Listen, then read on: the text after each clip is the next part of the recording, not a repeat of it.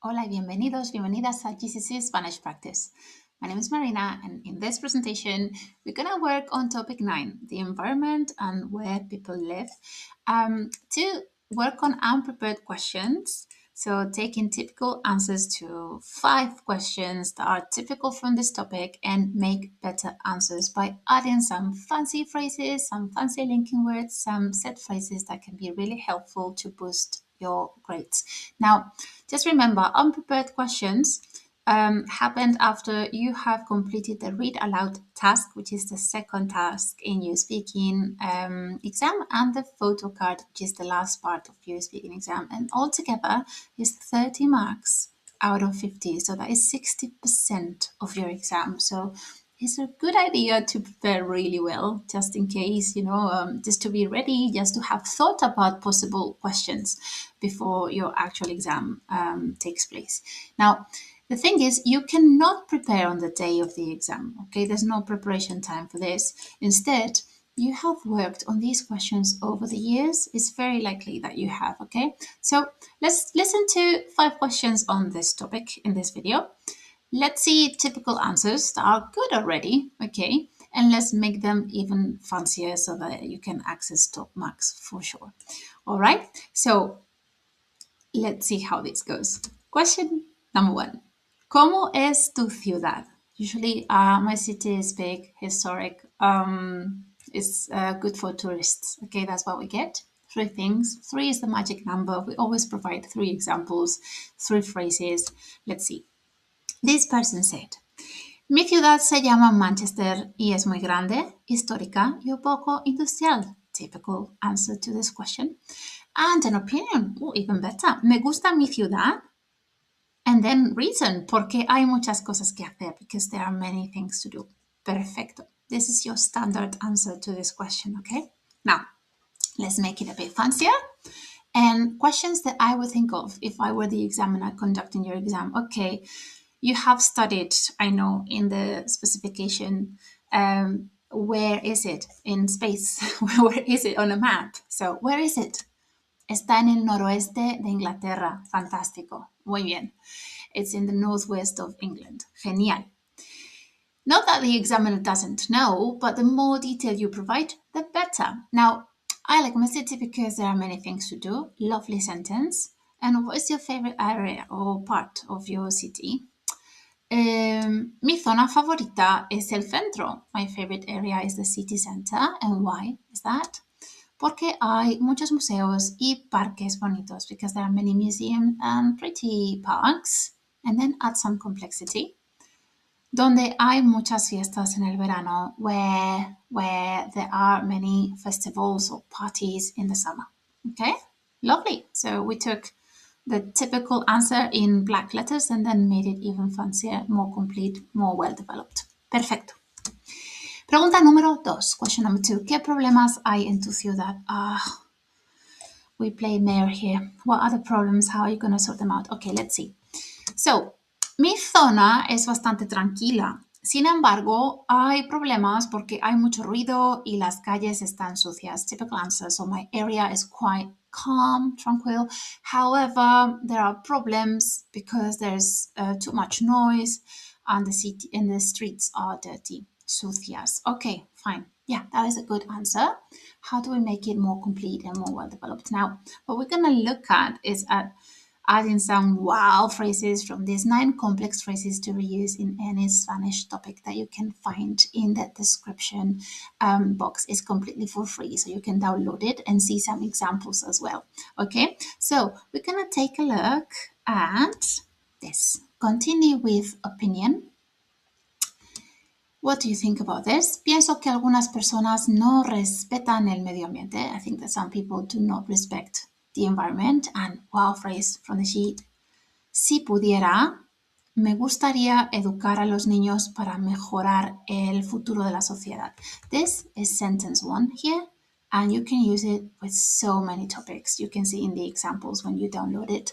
This is just a wonderful phrase. If I could, I would like to educate children to improve society's future, the future of our society. And you can do this about anything like sports, healthy lifestyle, studying, any topics really. And then finally, why? Porque solo hay un planeta, because there's only one planet. Okay, so amazing answer by following all the steps, giving opinions, adding a word phrase, and a reason. Okay. Pregunta número 3. ¿Qué te gusta hacer para proteger al medio ambiente? So, what do you like doing to protect the environment? Typical thing. Me gusta reciclar papel y plástico en casa con mi familia. I've heard this phrase so many times. Porque para mí es más estimulante. Oh, wow, this is really good vocabulary because to me it is more stimulating. Okay, that's a good answer. Let's see how we can make it better. Now we're going to add a wow phrase, which is going to be number 3. Okay, we take the opportunity to answer something in the present tense, but starting off with the past tense straight away. So making that complexity there. So, cuando era más joven, when I was younger, me gustaba, I used to like to recycle paper and plastic at home with my family. Sin embargo, ahora prefiero limpiar la playa y el barrio con mis amigos. However, this is what I like now. I now prefer cleaning the beach and our neighborhood with my friends. Porque para mí es más estimulante. We said to me it is more stimulating. And there's also complexity because of the comparison here. Okay? Tell me more about it. I want to know. I would be saying, oh, háblame de limpiar la playa. Háblame de limpiar el barrio. Normalmente limpiamos la costa una vez al mes. Also, you're telling me how often you clean the beaches, the coast, you say here, la costa, once a month. Perfecto. What's your opinion about this activity that you're doing, which is wonderful, by the way? Thank you very much. Diría que I would say that no es suficiente. I would say that it's not enough. Porque siempre hay basura, because there's always rubbish or litter that we need to pick up. Okay? Muy bien, really good vocabulary, amazing complexity here, opinions, justifications, comparison, amazing answer. Number 4, ¿prefieres ir en coche o en transporte público? So one of those cases, you prefer this or that? Typical answer, I prefer this because this. Prefiero ir en coche porque es más cómodo. So I prefer to go by car because it is more comfortable. Okay, that is a good answer. It is appropriate, however, it's very short. Let's make it better. Okay, we're going to start with wow phrases, lots of wow phrases from this sheet. So please download it because it's really good. And if you can, just give me a review to let me know what you think about it. Let's use it to improve. Now, wow phrase 1. Pues depende de cómo se mire. I like this start. It's a really good start because it is really, it's number 9 here. It is something that we native speakers would say to give us time to think. Depende de cómo se mire, it depends how you look at it. Okay, it's advanced grammar. Por un lado, on the one hand, el transporte público es mejor porque es bueno para el medio ambiente. So on the one hand, public transport is better because it's good for the environment. However, pero por otro lado, so on the other hand, aunque nunca suelo ir en coche, cuando llueve prefiero ir en coche. Although I don't tend to go by car when it rains, I prefer to go by car because it is much more comfortable. Okay? Opinion conclusion on this. So what do you think then? Do you prefer going by car or do you prefer public transport? Entonces, therefore, I would say that, diría que es mejor el tren o el autobús en general. So, tren and autobús included here instead of el transporte público to show off a wide range of vocabulary, okay? So, you're saying that public transport is better in general, en general, okay? Finalmente, número 5. ¿Qué vas a hacer para solucionar los problemas de tu zona? Which is, if you ask me this question, I have no idea what I would do, okay? Because I have no idea what the law says, etc., etc. Now, things that we have learned studying the GCSE Spanish course. Si fuera posible, if it were possible, I would like to help. Si fuera posible, me gustaría ayudar en mi ciudad y limpiar los parques. I would like to help in my city and clean the parks of the green areas.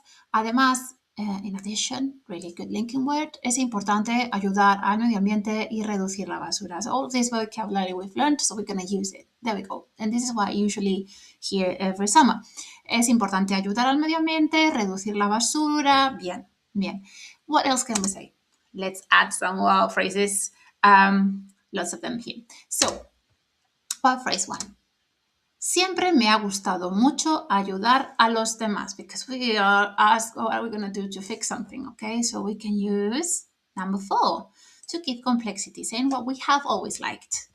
Por eso, for this reason, okay, si fuera posible, da da da, and then we go on. So that, okay, so we want to clean the parks or the green areas so that what? What do we want to achieve? Para que los niños puedan jugar en un lugar seguro. Para que los niños puedan jugar is different word. It's not pueden, it's puedan. You'll see that. It's because of the complexity of this sentence, okay? So that children can play in a safe place.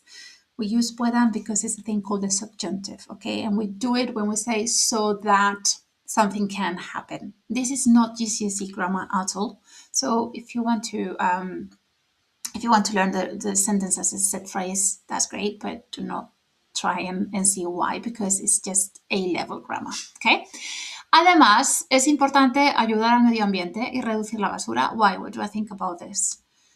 Lo mejor para reducirla, so the best thing to reduce it, and when we this la is la basura, okay? Instead of saying para reducir la basura, we're going to say reducirla.